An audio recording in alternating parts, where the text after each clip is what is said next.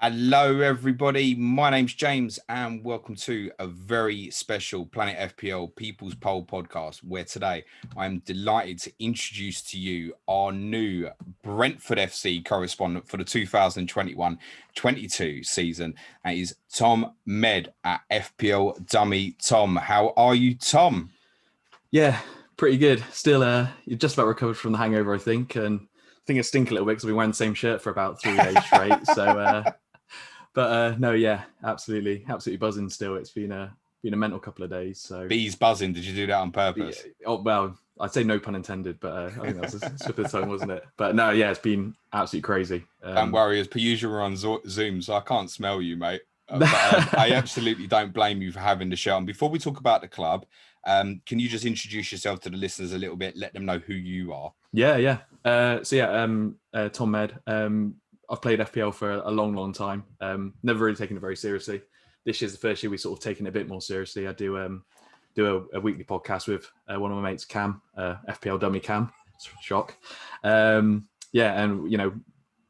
very serious, just a bit of a laugh, really. Just me and an old mate from uni that we get together and just basically just sit and get really angry about how bad we've done each week. So as you can tell, we're called FPL by dummies for a reason, because we're not particularly very good at it. So yeah, you will fit right in at home with me and such, mate. Absolutely no doubt about it. Because really, that's what we should have had. FPL by dummies, I think, is what we should have called our podcast many years ago. How did you come about to be a Brentford fan? Because before we started recording, we had a good laugh. I think in Planet FPL circles, people have known for a while it's been a headache for me even finding a Brentford fan over the last 12 months or so. Yeah. And we kind of first spoke on Saturday because you responded to a tweet of mine. How does it come about that you're a Brentford fan? Long story. I actually live in Bristol, so a million miles away from London. But it's actually it's a family thing, really. So I think it's my great granddad used to live literally next door to Griffin Park. So my granddad used to go to all the games. And then he moved down to Bristol. And then my dad started going to games. And then unfortunately, I got born and got roped in to start going to games too. So I didn't get any of the glory that we should have had. I've enjoyed games over in Carlisle and Notts County and all the fun ones down in League Two all the way through. So it's been a fun old few years, but finally there. So yeah, that's it really. Has that sunk in yet that you're a Premier League club? No, not even slightly. Like I'm still looking forward to going to the next small where we go to a small ground and go watch the sort of local team where they got a little burger van. You pick up a burger, and now it's like, well, next year I can travel up to maybe going to watch. Well, I've got, to be honest, all of my mates that from down this way, all of my Glory supporting mates anyway. The likes of sort of they're going like, we can go watch Liverpool next year. We can go watch Man United, Man City. About to say, I think I've become the most popular person in the last sort of 48 hours because I can get cheap tickets at Brentford, whereas they can't spend 60 quid going and watch the big team. So to be honest, now it's absolutely mental. Just being able to play sort of those sort of teams with the history those guys, those teams have got, and the amount of money they spend in comparison to what we do, it's going to be pretty crazy. So it's interesting because I saw my dad yesterday, and I was saying to him, getting a ticket at Brentford's going to be tough. It's only 17,500, mate. Yep, glad to meet you, mate. Keep me in mind for Spurs and absolutely. Stuff. Absolutely. You must have been thinking this for a long time, because last year, Barnsley last day of the season, you fucked it up basically. Yeah, pretty much. Obviously, you hit the playoff final against Fulham, which not just in Championship finals, but I believe was the 9th playoff final that you'd lost in a row. So you must have had last year to kind of, we missed our chance. You must have, before the Barnsley game, you must have been thinking, if we win tonight, we're in the Premier League. Yeah, it was. The last few games of the season last year it was brutal, because we were just like, I remember I was out a few times where I was like watching the games, and and it was always like West Brom was playing slightly before us, and you could be like, and they would like lose, and I'd be like, brilliant, this is our chance, like we're going second, and then we'd lose, and it was just like, for God's sake, like, and how well they played all season to like have the last 3 games where I think they lost all 3. I think it was, if they got 1 point from the last 3 games, they would have gone up, and they didn't.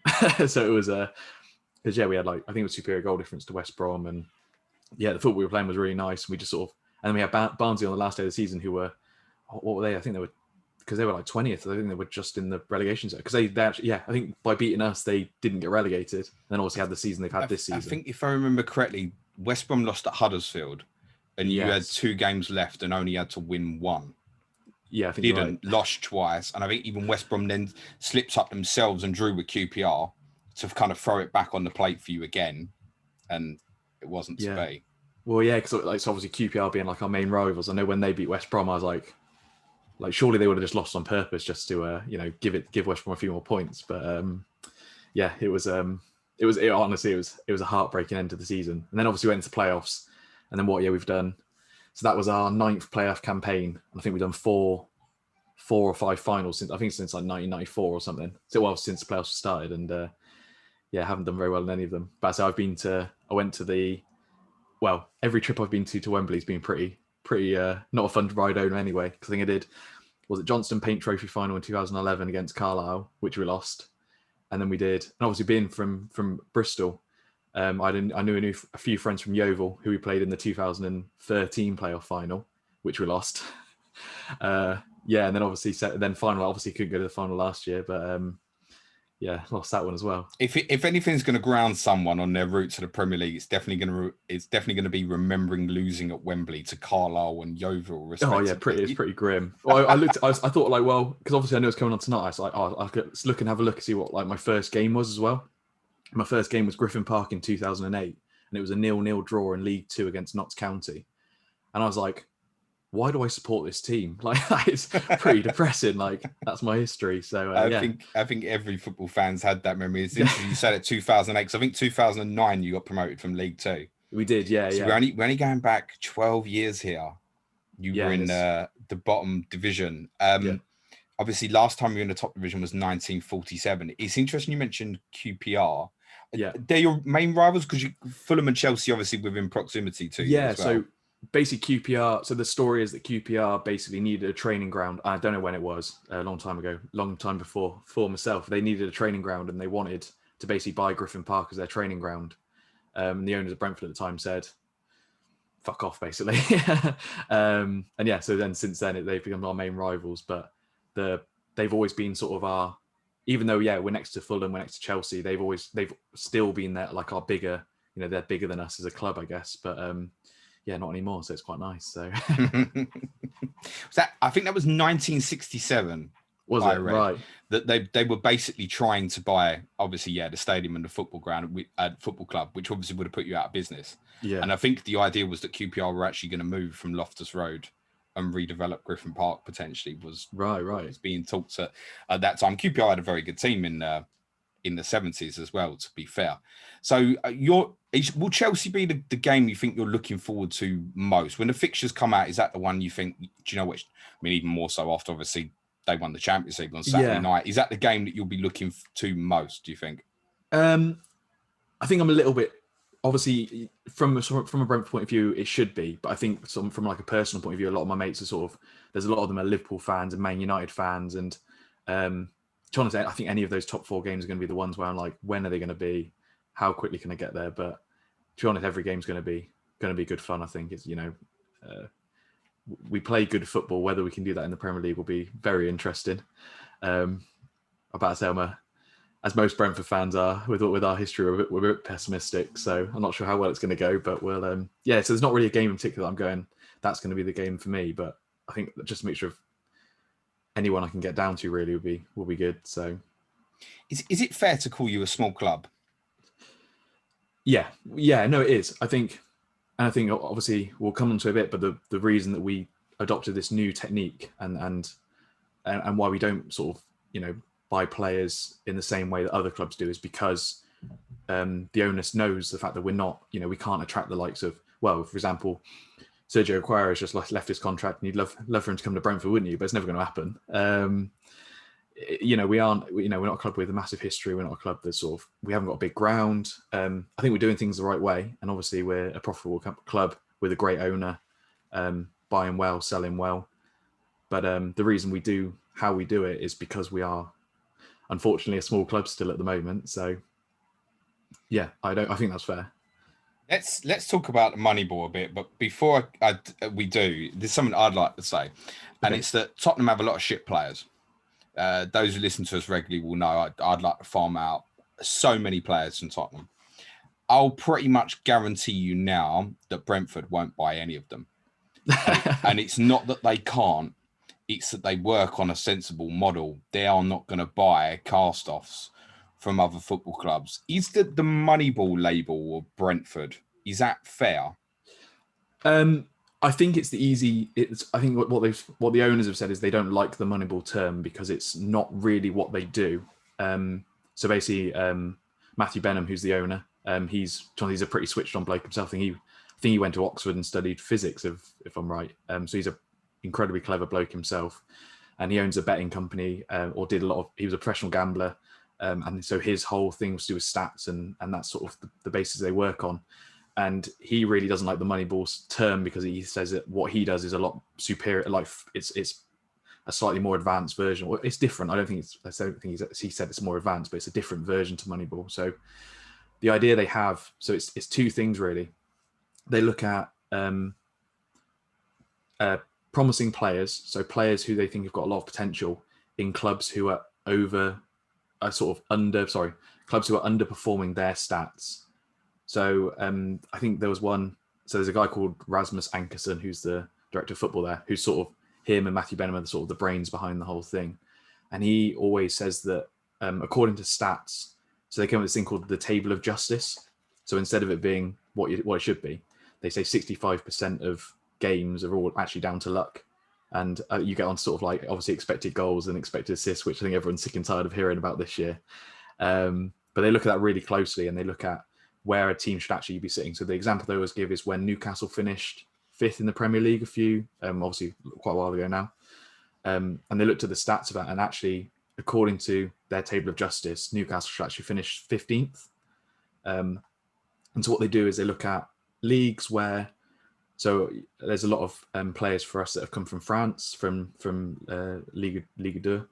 And what they've done is looked at teams that are underperforming their statistics and then pick the best players from those teams. So they aren't being looked at.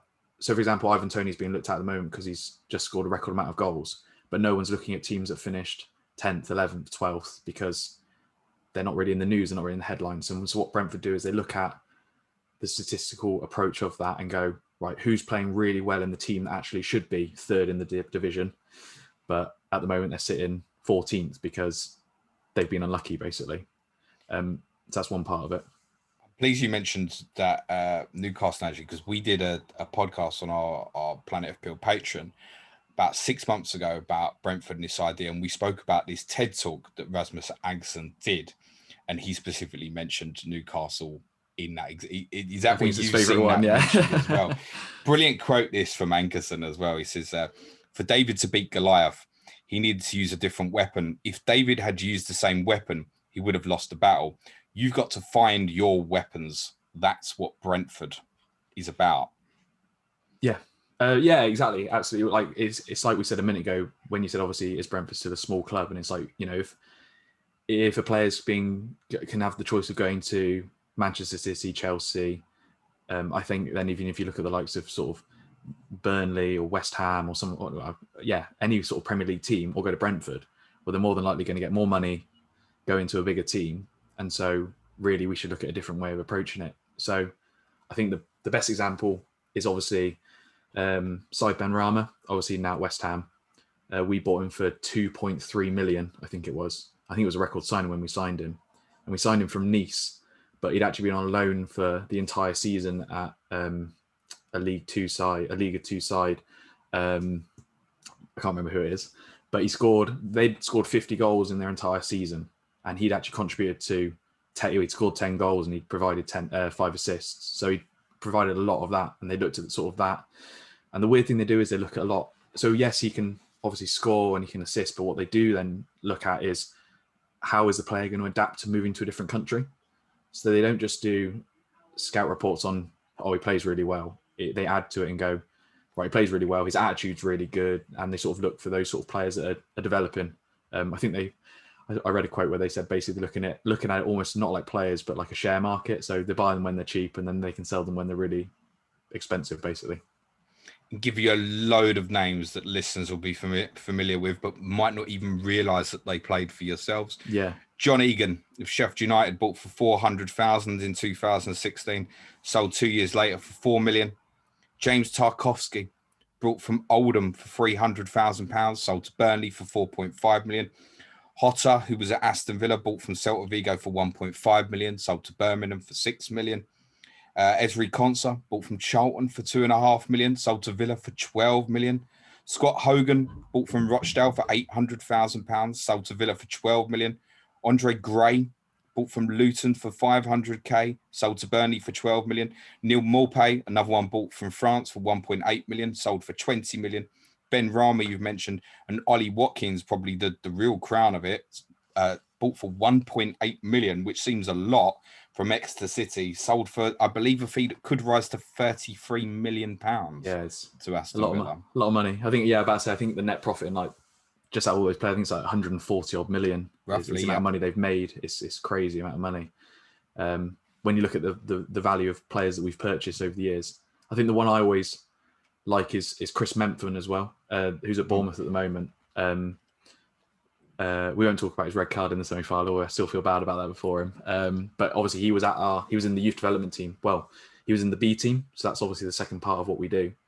But actually he was released by Chelsea. So obviously we got him for nothing. Well, the minimal fee that you get when they release a young player, and he went into our B team. So I still think we're the only club in the country that doesn't have a under 21s team and under 18s team, because basically we had one, I think up until 2015, and then two lads, one went to United and one went to Man City, and I think in total Man City and Man United paid £45,000 for both of those players.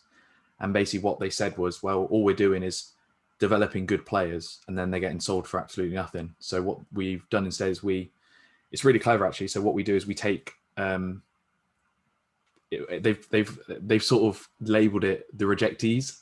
So basically, at the end of each season, when all of the clubs release all of their young players, we pretty much go through all of them, look who there is, who we can get, and then basically bring them into the B team. And what I think another good quote I heard from Matt Benham was, if we can get 5 out of 10 of those players to perform, then they'll make a load of money, but also bring in a lot of quality into those teams. So I think the one, obviously my personal favourite at the moment is injured at the moment, but Josh Da Silva.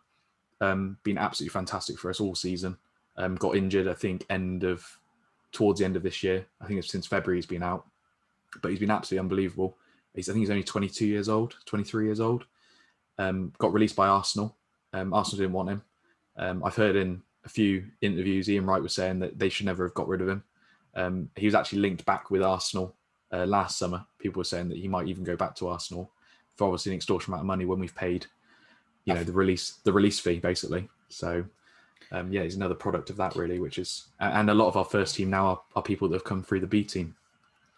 It seems like the idea behind it was basically clubs at a certain tiering of youth academy get a grant from the Premier League passed down. It's worth about £500,000. But then to maintain it, Brentford's argument was that they basically had to fund another 1.5 million on top to fund it. And then when you've got kids disappearing to City and United for between them 100 grand, 150 grand or something, they're looking and going, well, those were our best talents. What are we paying for here? So they've got this really unique model where you don't have a youth team, basically. You don't have an academy. So Brentford, the way I see it, have two types of players they target. There is the rejected players, but quite often in these cases, these are young players, like Chris Metham is a perfect example. You're not taking a 34-year-old player out of contract. We're talking about players who have basically been told at a Premier League club, you're not going to make it. Brentford then want to hoover up the best of those talents. Plus, as discussed earlier with the kind of the Maupais, the Watkinses, and Ivan Toney, that you're targeting either lower league players in England, which can be an expensive market. I mean, actually, what you paid for Watkins, 1.8 million from Exeter, would look at that time quite a lot of money, when you could probably go and buy an equivalent in France. I mean, Neil Maupay, you paid the same amount of money from Saint Etienne, but a little bit more proven, for example.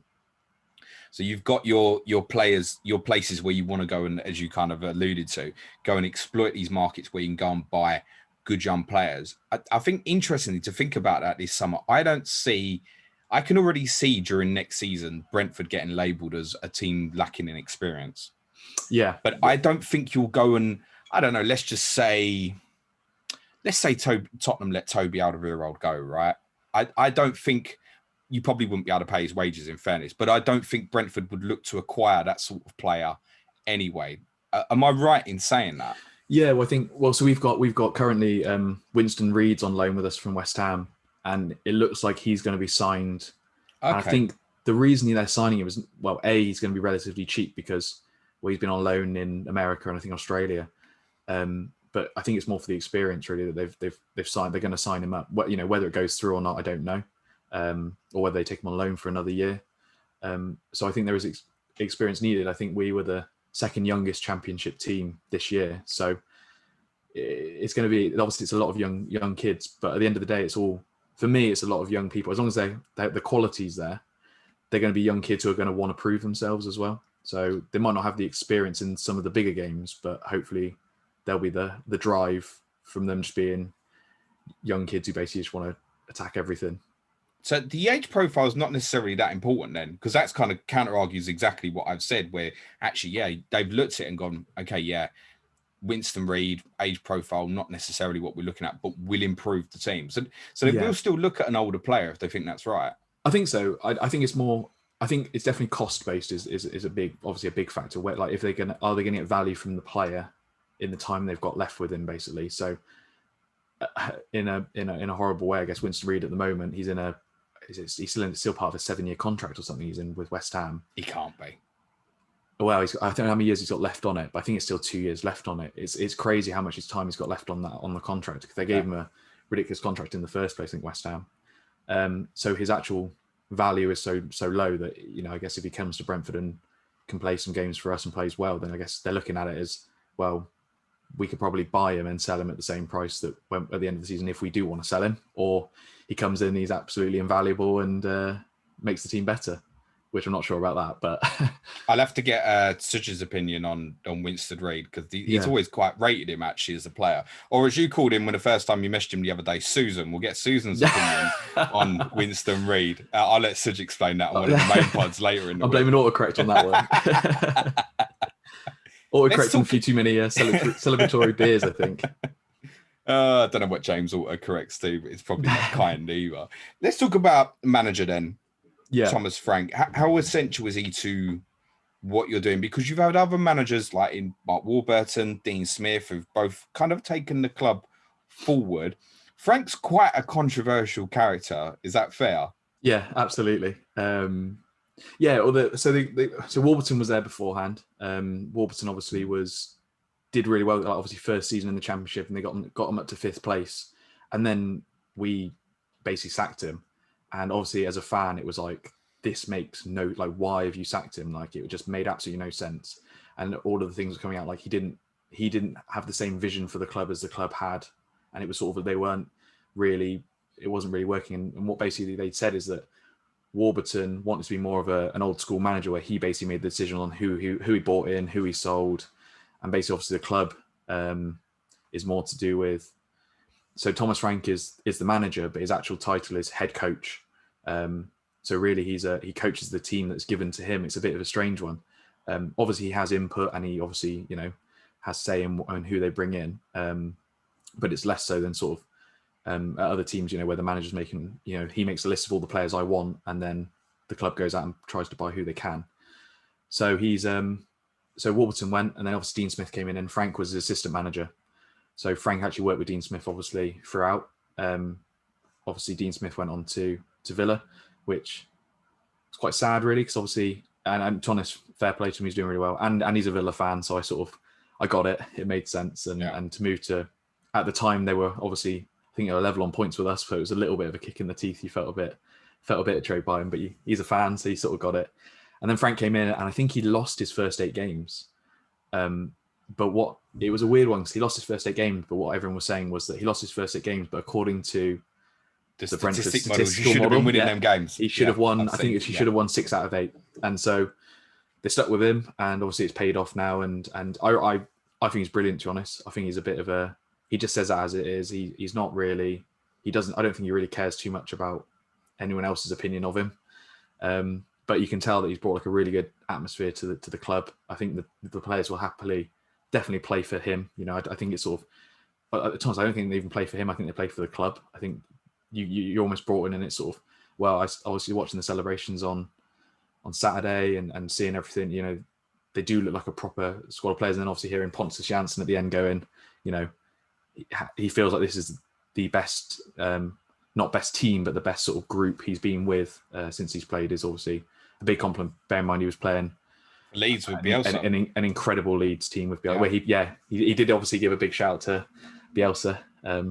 But yeah, he said that, you know, working with this Brentford team's been an absolute pleasure, which is always really nice to hear, especially with a guy like Pontus. So yeah, I think I like him. I think I know a lot of my friends sort of, you hear at him and they go like, oh, he's an absolute nutter. Like he just chats load of rubbish. It's going to piss some people off, isn't it? Oh, 100%, absolutely. Well, I think him and Emiliano came out last year before the Fulham game saying that they should be scared of us, and basically giving it quite the big one, I guess. And then obviously that didn't really pay off. And this year is a lot more humble.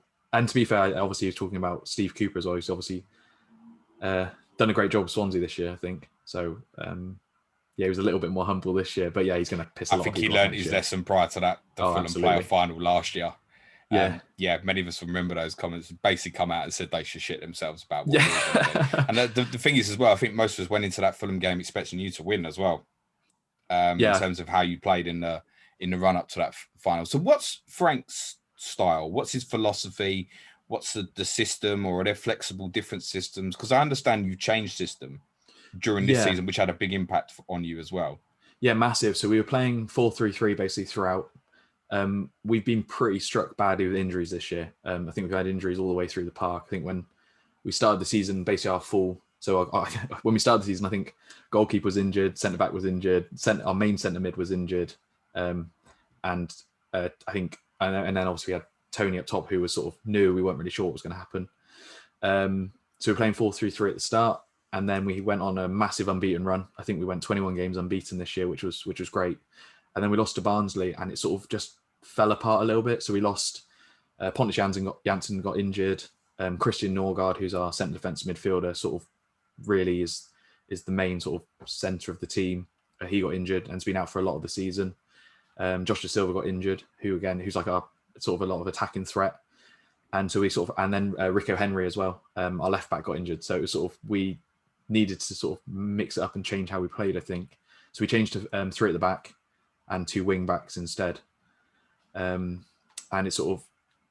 it seemed to get better. Like, towards the end of the season, it really clicked. And I think the team came together right at the start. When they changed it, sort of, I think the best way to look at it actually was how obviously with Swansea, they set up with 3 at the back on Saturday, but that was the first game they've done it. That was us in the middle of the season where we changed, and I don't think anyone really knew how to play together. So I think we had a stupid amount of draws this season, and then it all sort of seemed to click. And I think it's the last 7 games unbeaten, which was great. And whether he sticks with that next year, obviously we'll have players back fit. And I think our defence is actually probably our weakest area. So Norgard came back from injury, and he's a centre defence midfielder. And he came into centre back, almost like it was a strange role for him. So he's playing like middle of 2 centre backs. So it was a 3 at the back, but with a centre defence midfielder playing centre back. So what you're saying to me, Tom, is you don't even know what system you're going to play in game week 1. No, not fucking amazing. I ain't going nowhere near your FPL players then. I don't even know the system. That's me out. So I understand this change came about, as you're saying, because of injuries. Yeah. It was the Preston game. You won 5-0 away. 5-0. So and then we probably changed from there, it's like, wow, okay, let's stick with this for the running. But you think that could go back? Is that partly because Henry wouldn't be suitable as a wing back? He's more of a fullback. So I think he works really offensive, well. No? Well, he's a really good defender. He's quick, but he gets forward. He flies up the wing. I think he would actually be a very good wing back. And for me, to be honest, I put on my notes of sort of, if you're looking at FPL players for next year, if he's priced at 4.5 million, then to be honest, he's going, well, he'll be straight in my team anyway, but that's biased. But he's definitely a good option from the sort of, we always get the promoted teams and, you know, who's going to be the fodder for next year. And he'll be, he will be very good. He has an assist in him, and he has a goal in him every so often. He's incredibly quick, ridiculously quick, and he'll definitely be playing on the left. He'll definitely come straight back into the starting lineup as soon as he's back. I think more of the issue is we don't have the strength and depth at centre back. So playing 3 centre backs, on the final on Saturday, we played Dalsgaard at centre back on a right centre back, and he's actually a right back and more of a right wing back, really playing sort of that sort of role, I guess. And he's played right back since he's joined us, and so playing that centre back role, it's showing that we don't have the strength and depth at centre back. So I think once players come back fit, I think you'll see a change back to 4-3-3. Because we did go on 21 games unbeaten with 4-3-3, so there was, it's obviously it did work at some point. But yeah, we'll see. Really, it depends. I think if we bring in more players, it's not going to do you any harm to come up into the Premier League and have 2 different systems you can play. That's true. Certainty. Absolutely. So if you start 4-3-3 then opening day, which we can't guarantee because you've played the 3 at the back for the last 10 or so. With what you've got now, what's the strongest team through the team, and who in the team is definitely, do you think, yeah, okay, I mean, we can say Toney, obviously. Who's definitely, do you think, right, Premier League level ready? So if we start right at the back, I think David Raya obviously in goal. Brentford got quite a bad press this year of like conceding quite a lot of goals. And last year, everyone was saying like, oh, they're a rock at the back. And they actually only conceded 4 more goals this year than last year.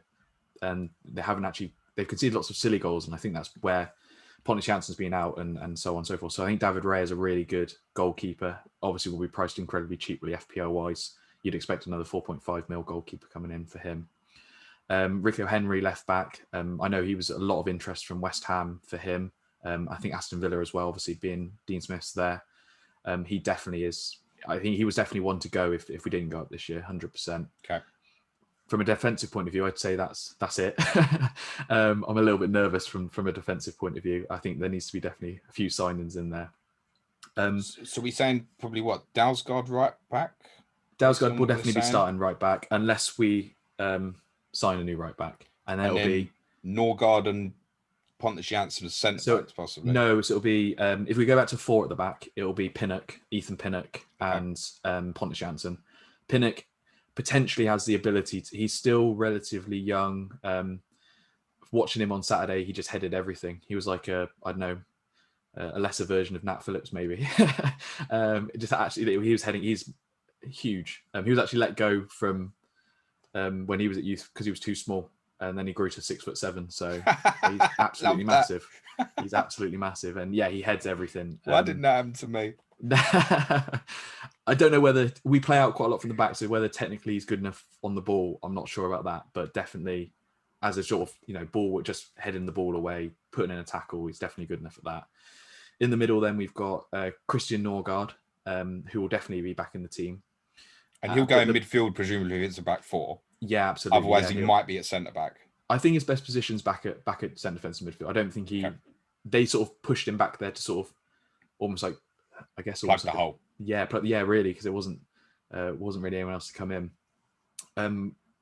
But even he's not a sure starter anymore because we signed a young 22-year-old who's played where Norgard's been injured all year. We signed a young guy called Vitaly Yanalt, who's been absolutely unbelievable this year. Like he's 23, and we sort of expected him to come in and sort of. He was signed for the B team originally, and he came straight in and started playing straight for us, and it's just been fantastic. So whether they get mixed up quite a lot is potential. I think the definite starters in midfield, you've got Josh Da Silva when he comes back fit, and he is definitely Premier League quality. He's again one of those that I was incredibly worried that if we didn't go up, that he would be the one that didn't stick around, because he has been fantastic since he's come in here, and he is again really young. And then you've got a bit of a throw up on the 3rd position. So there's, depending on what formation we've got, probably Matthias Jensen. He came from, I think it's Fiorentina or Celta Vigo. I know Norgard was from one and Jensen was from the other. I'm not sure if he's quite good enough. He's hit and miss. He last season fantastic. This season very inconsistent. Could be very good. Obviously we've got Ivan Toney up top. He's not bad. He's not bad. I'm still a bit worried, to be honest. I'm not sure whether this is the pessimistic Brentford fan coming out of me, but I think Glenn Murray You, summed it up quite well. you think he might still leave? Is that what I'm reading between the No, lines here? no, Or, I think he'll stay. I think he will stay. I don't know whether he'll be able to do it in the Prem. That's my issue. So this year he Why? scored 30 goals this season, 12 from the penalty spot, and he taking a penalty. I think he's probably one of the best penalty takers I've ever He's seen. so cool when he does it, It isn't is ridiculous how good he is at taking penalties. So potentially from that point of view, could be the new Bruno Fernandes. But from goal scoring this year, he's had sort of where he's a big, strong guy. He's basically been able to bully championship defenders. And whether you've got that step up from, playing championship defenders, because he's not scored any, as Glenn Murray happily pointed out, until he scored almost that beautiful volley over the top. He hasn't scored a goal outside of the box this year. And so whether he's going up from championship players to the likes of, Ruben Diaz, Virgil van Dijk, and whether he has the ability to bully them as much as he has done in the championship, I'm not 100% sure. He will still score goals, and he is technically very good, but he's a different player to what Ollie Watkins was. So I think Ollie Watkins was quite easy to make the step up because he was fast, he was technically very good, and he could score from pretty much anywhere, I think, in the championship. Whereas Toney's more one of those where he's scored a lot of tap-ins this year. The ball's been put to him in right places, and he's sort of been able to push players off and get goals. So from an FPL point of view, again, biased Brentford fan, he'll probably be straight in my team, but I'm a little bit worried that he might not quite be ready for it. Whether it takes sort of a few games for him to get up to speed and get more prepared for it.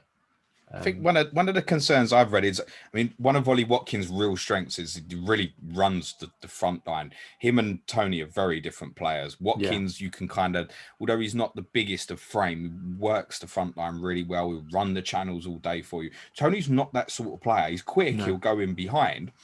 But am I right in saying that if you have a bad day, you can watch Brentford games sometimes and you might not feel like Toney's even on the pitch? Yeah, I think he definitely requires a service. He's one of those players where if he's not getting the right sort of ball, then it's potential that he can be sort of lost in the background a little bit. Saying that, he's also, he's got 31 goals this year, and he has also got 10 assists. So he's not just a goal scorer. It's brilliant. Yeah, it's unbelievable stats. It's crazy. He is able to sort of assist a goal as well. He's not, so from an FPL point of view, I guess, again, it's positives for him. And there's potential, he might come into the Prem and he might be as hopeful as I am, as fantastic as he has been this year.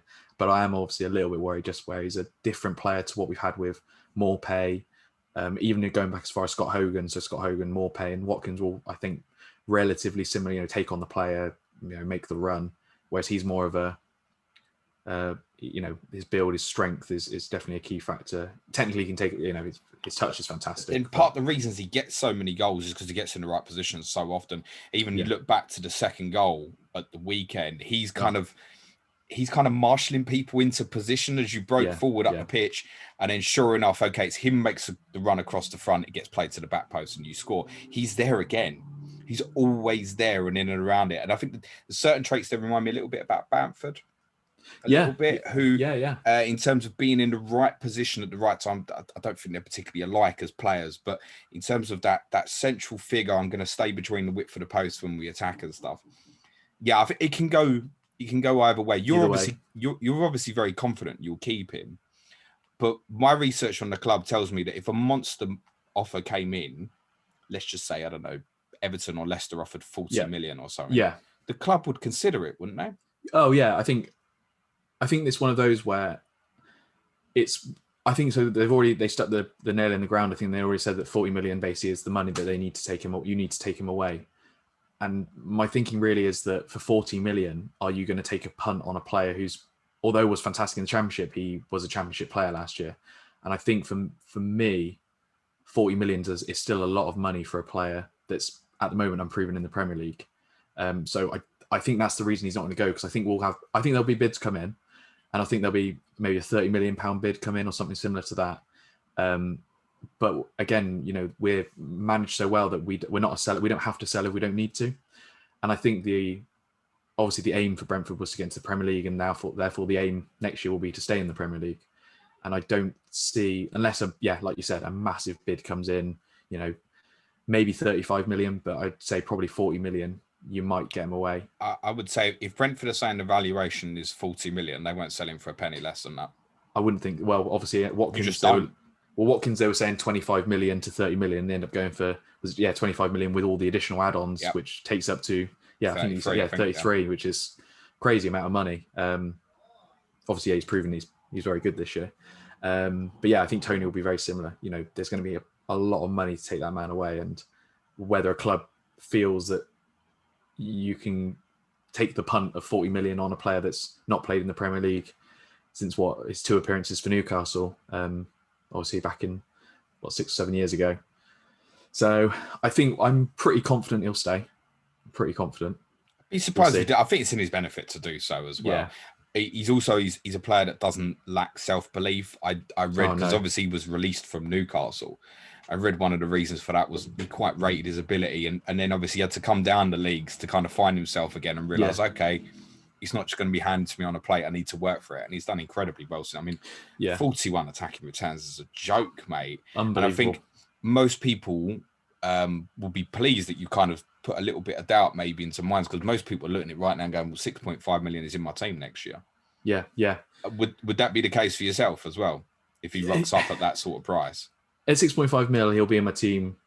To be honest, if he was 8 mil, he'll probably end up being in my team. Good lad. The buyer says, if I could have all 15 players being Brentford players, knowing that only 11 will start, then more than likely would be all in there. But I'd call all the leagues at least for a truce for the year and just go, I'm done for the year. But I think he will be good value for money for the amount of goals he'll get for his value on price tag, because I don't think we usually see many Championship players coming up being more than 6.5 mil. Maybe 7 mil, but it can't be more than 7. No, exactly. I think it would be for him to come up and be 7 mil would be, I think, a bit of an overpricing on their point. And but then at 6.5 mil, he's going to be cheap. It's between the two really. So we'll wait and see. We'll definitely cross that bridge once I guess the game will be open in probably 3 to 4 weeks now in FPL. Have you heard anything about transfer budget for the club in the summer? Nothing really. No, I think they keep the cards so close to their chest in terms of what they're doing, don't they? I think they'll stay the same. They'll do the same as I don't think they're going to be any massive signings or anything. There's not going to be anything crazy for them. I think they'll invest wisely as they normally do. They'll bring in maybe 3 or 4 players, maybe a few more than that this year, and they're all. Then there's not. I think Toney's our record signing. And I think he was 10 million. But obviously being an English striker, obviously that's usually inflated anyway. So I think how much you paid for him? I think it was, yes. Wow. I think it was 10 or 7.5. It was up there. I know it was a record signing because I think before that was. Oh yeah, someone we've not talked about is Brian Mbuemo. He'll be in the team every week. To honest, he'd be who I'd pick for in my FPL team over Toney. So front three, if we've got Toney, if we're saying it's a front three, Toney one through the middle and Mbuemo one side, and who would be the other? Sergio Canos more than likely. Yeah. Maybe Tariq Fosu, but Canos seems to be the preferred. Canos has been there a long time. And Mbuemo's got 18 attacking returns this season. Should he sniff that, right? Yeah, he had quite a bad start to the season. Obviously, after last year being part of the old, was it BMW, the Benrahma, Watkins and Mbuemo. He was fantastic. And again, he was the youngest of the 3. He's only 22 years old. He is an incredible talent. And you see from his work rate, he's running up and down that pitch. He's incredibly versatile, though, is the issue potentially with him. So if they do play the 3 at the back with the 2 wing backs, then Mbuemo's been used quite a lot on that right wing. He could even play wing back, right? Yeah, he does get forward, and he's playing right wing back against Bournemouth in the second leg. He got an assist for one of the goals there. So even as a right wing back, he can still get assists. The interesting one is, and to be honest, I think I've already been shot down a lot on Twitter because I've mentioned it quite a few times. But Canos potentially being placed as a defender next year. He played the start of the season playing as basically a left winger. We changed formation halfway through the season, and he's been played as left wing back for the entirety of the second half of the season. I assume he'll be placed as a midfielder next year, but if he does get placed as a defender, then he will be the first person in my team, to be honest, because if he's a defender, he'll definitely be 4.5 million, and he will be rotated as left wing back, left mid. He even plays on the right every so often. He'll basically be the new. he'll be maybe the slightly not so good Stuart Dallas next year. Noted. I mean, if Henry's fit, he's not going to play that position anyway. No, that's the only issue. About to say, if Henry's fit, then he'll probably be utilised more as a left wing. But then if he's utilised as a left wing, has already been placed as a defender by FPL, then there's potential there as well. So imagine if he's 4.0 defender. Here we go again, red and white stripes, mate. Absolutely. I'm about to say I'll be running out of spaces. So he's definitely one to watch. He's definitely placed second to Henry as a defender. But if he comes in as defender as FPL, and then obviously Henry comes back and he starts playing left wing, which he will be first choice left wing, would be, in my opinion, unless we bring in a new left winger. He's definitely one to watch there. Do you expect an overhaul of the squad, or do you just kind of 3 or 4 new signings to fit in? Or I think we'll more than likely, in my opinion, of where we're going to buy a few more players, it probably is going to be in defence. I think we don't have the strength and depth in defence, and potentially another attacker. I think midfield, there's plenty of good midfield players, and I don't think we really need to go crazy. There's already sort of people fighting for places there already. And I think a lot of the players that are playing there, you've got Norgard and Jensen, who've come from Fiorentina and Celta Vigo. They've not come from small clubs. I think Jensen was injured they bought him. Jensen, he was on a 5-year contract for, I think it was Celta Vigo. I'm sure it is. Look at my notes. A correspondent's made notes. You're on the wrong show, mate. He came from Celta Vigo. He got injured. So he signed a 5-year contract with Celta Vigo. And he got injured in the first year. And then we signed him. They made a loss on him, and we signed him for, I think it was 200k less than they'd actually bought him for, because he'd been injured for the year, and he's come in and been, pretty fantastic for us. So there's in midfield, there's lots of competition. I don't think we'll really sign anyone there, but I think potentially another attacker just to help Toney. Really, we've got Marcus Force, who is being dubbed as the new Pookie, but he's not a starter, and I'm not sure whether he's going to be. But is that the Pookie who's going to get 6 goals in 4 games, or is that the Pookie? Probably the second half of the season. Yeah, the second half of the season. He scored 10 goals this season. I think 8 of those were from the bench, but then he came. It's one of those where he again came into this 3-5-2, and he was playing up top with Toney. And he was the one that would get subbed off first. He wasn't playing quite as well. So I think that's maybe where we'll look at maybe reinforcing a little bit. The player I'd love to get is Dan Juma from Bournemouth. After playing in the semi-finals, he was absolutely ridiculous. I'd love to have him on the team, but it would be costly. I don't know how many million he's going to cost. So I'm sure Brentford, knowing Brentford, they've got some absolute unknown playing second-tier football in Belgium. That's the more likely, isn't it? I Absolutely. think Dan Juma would be others be looking at. He's the sort of player suddenly, because of particularly the second half of the season out at Bournemouth, you're putting an extra. You're basically going to be overpaying. And Brentford, just from everything I read, just don't do that. They'll go, okay, that's now more than what we valued him at. Okay, let's look at plan B or plan C or something else is far more likely. Do you think you and I will be sitting here in a year's time and you'll still be a Premier League club? I think we will. I think the way the club does it is right, and I think we've got there's quality there, which is still, as I said, they were the second youngest team in the Championship this year, and that experience is just getting better and better. So I think it's going to be a struggle. I don't think, I'm not going to be sitting here going, I don't think next year I'm going to be sat here with, 10th place Leeds, similar vibes. I think it's going to be a struggle. I don't think, I'm not sat here going, oh yeah, we're going to walk it. It's going to be easy. Battering Man United 3-0 next week and Chelsea 2-0 next week. It's going to be tough. But I think there's teams that we can beat next year. And I think there's teams that are, again, there's teams I think in the potentially that are going through transition periods in the Prem who might not quite be able to, who we might be able to beat. Fingers crossed. Hi, yeah, I'm here.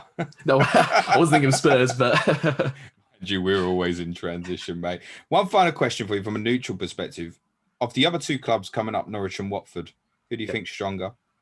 Watford. Interesting. Yeah. I think I like Norwich a lot. I got a lot of time for them.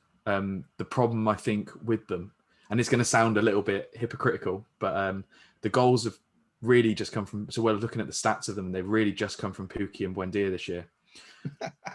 Not just Toney and Mbeumo, right? Okay, cool. So we've had 30 goals, but there's actually behind that. So we've scored, I think, 79 goals this season. Obviously, Toney scored majority, 30 goals of those, but there's still 45 goals from other players there.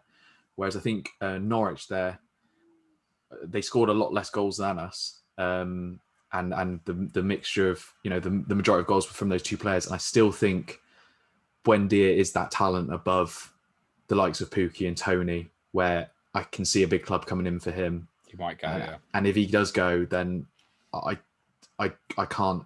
If they replace him, fantastic. And hopefully they do well. I'd like to see all three of them do quite well. I like Watford, I like Norwich, but I do think of the three, I think Norwich potentially. I think there was an article on BBC Sport today already saying that Delia isn't going to spend big in summer because they can't afford to really. So whether we can or we do it a different way, so it's quite hard to sort of judge which way is going to work better.